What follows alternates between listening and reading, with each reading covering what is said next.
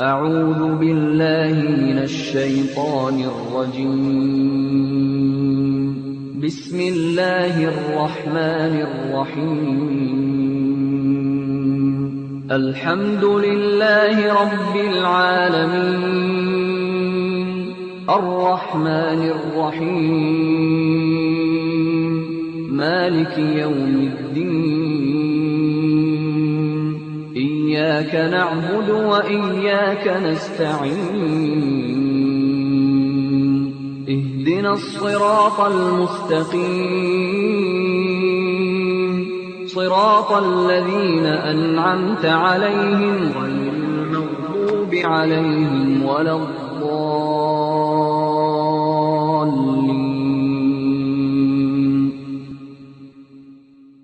Robes.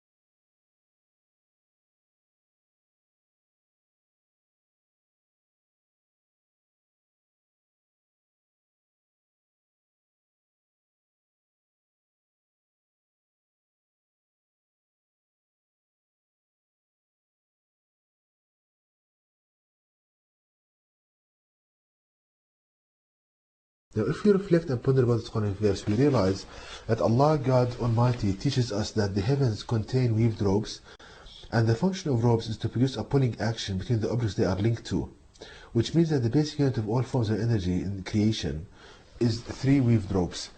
So, as you can see on the screen, this is the basic unit of energy, as learned from the Noble Quran, which is composed of 3 strings weaved together to form the shape shown on the screen.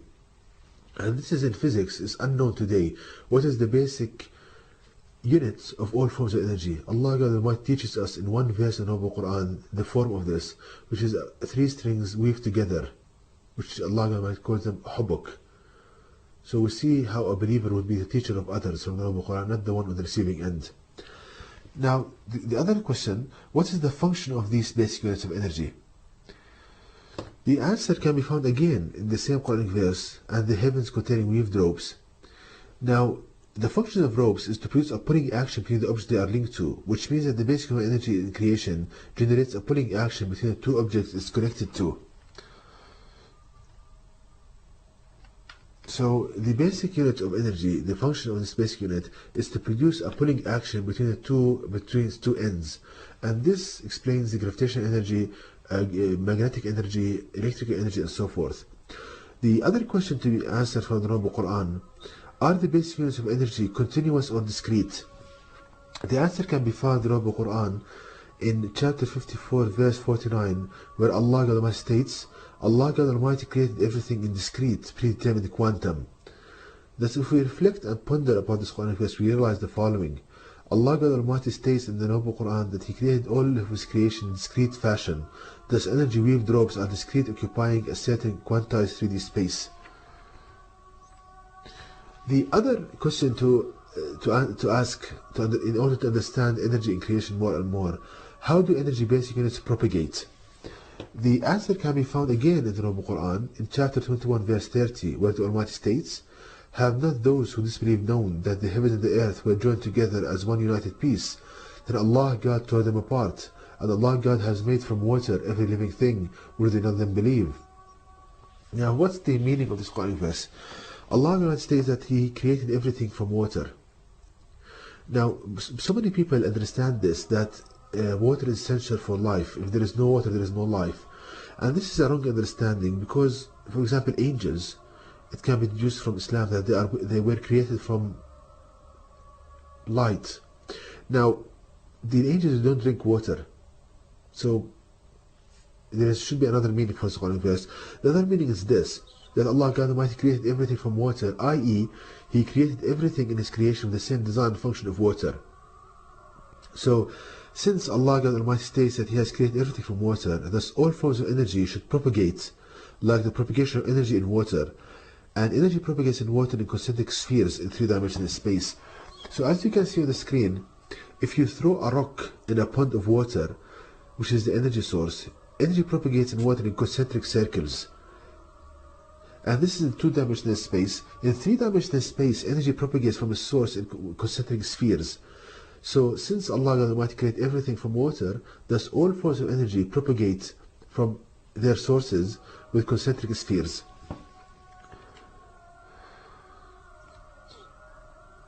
And as you can see on the screen, the energy source, each dot represents an energy wave drops, which is the basic unit of energy as derived from the Noble Quran, and they propagate from the source with concentric spheres, i.e. the flux is constant along the radius of the sphere. As you increase the radius, the flux decreases. Now, how to prove this from a scientific point of view? As you can see on the screen, on the right there is energy propagation in water as derived from the Noble Quran, and on the left we have energy propagation from a light source. And we see that energy propagates from a light source with concentric spheres, exactly as derived from the Noble Quran. Also, a light wave has the shape of a water wave, which again reinforces the idea and the statement of Allah Almighty to create everything from water. Also, as you can see on the screen, on the left there is a propagation of mechanical energy from its source and propagates with concentric spheres as derived exactly from the Noble Quran. So this proves from a scientific point of view that the theory that's derived from the Noble Quran is true. The other question to ask in order to understand energy more and more in creation, about the status of the basic units of energy. Are they static or dynamic? The answer to this question can be found in the Noble Quran in chapter 41 verse 39, where Allah states, "And among His signs that you see the earth barren, but when He sends down water, it stirred up to life, it vibrates and grows. Verily, He who gives it life surely is able to give life to the dead on the day of resurrection. Indeed, He is able to do all things." It's interesting here to note that Allah Almighty states that it vibrates and it grows. That units in creation of Allah Almighty are in a vibratory state. Thus wave drops in the creation of Allah Almighty are in a vibratory state, like a rope vibrating up and down. So Allah Almighty teaches us that these energy wave drops, the basic unit of energy, they are doing a vibratory action like a rope oscillating. Now, what's the importance of these oscillations? As you can see on the screen, when a rope oscillates, its length shortens. Its length in the x direction, so the space it occupies in space becomes less when it vibrates. Its length is constant as the length, but the space it occupies in space becomes less. And when this happens, it produces a pulling action on its two ends, and that is the action of energy. So these units, for example, a gravitational field, when these units vibrate, they occupy a smaller space, and thus they produce a pulling action on their two ends, and thus gravitational energy develops. If these ropes they don't vibrate, there is no gravitational energy. So vibration is very important to perform function.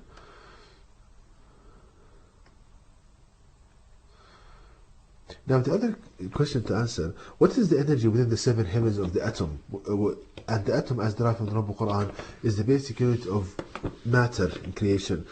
As you can see on the screen, Allah states in chapter 51 verse 7, "And the heavens containing weave drops." Now, Allah Almighty teaches us that the heavens contain weave drops.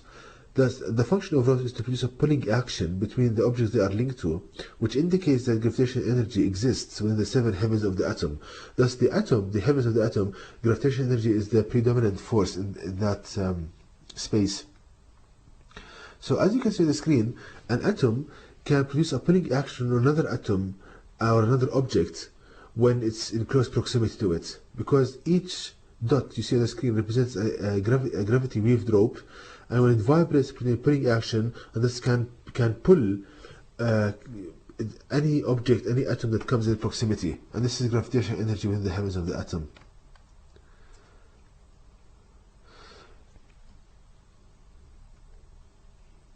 Now to understand the flow of energy weaved ropes,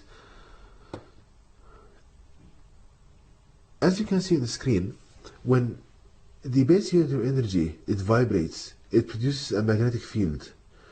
So each unit of energy becomes like a small magnet with a north and south pole. Now, when these, as you can see on the screen, when for example 3 basic units of energy, when we take a cross section in a gravitational field or energy field, each 3 basic units of energy, they repel each other, and due to this repulsion, they are arranged in a equilateral triangle. So they form triangles, and triangles will form a hexagonal structure. So width-wise, taking cross-section area, the basic units of energy, they are arranged in hexagonal arrangement. So if we take a cross-section in a gravitational field, as you can see on the screen, or an energy field, we see that the basic units of energy are arranged in a hexagonal arrangement.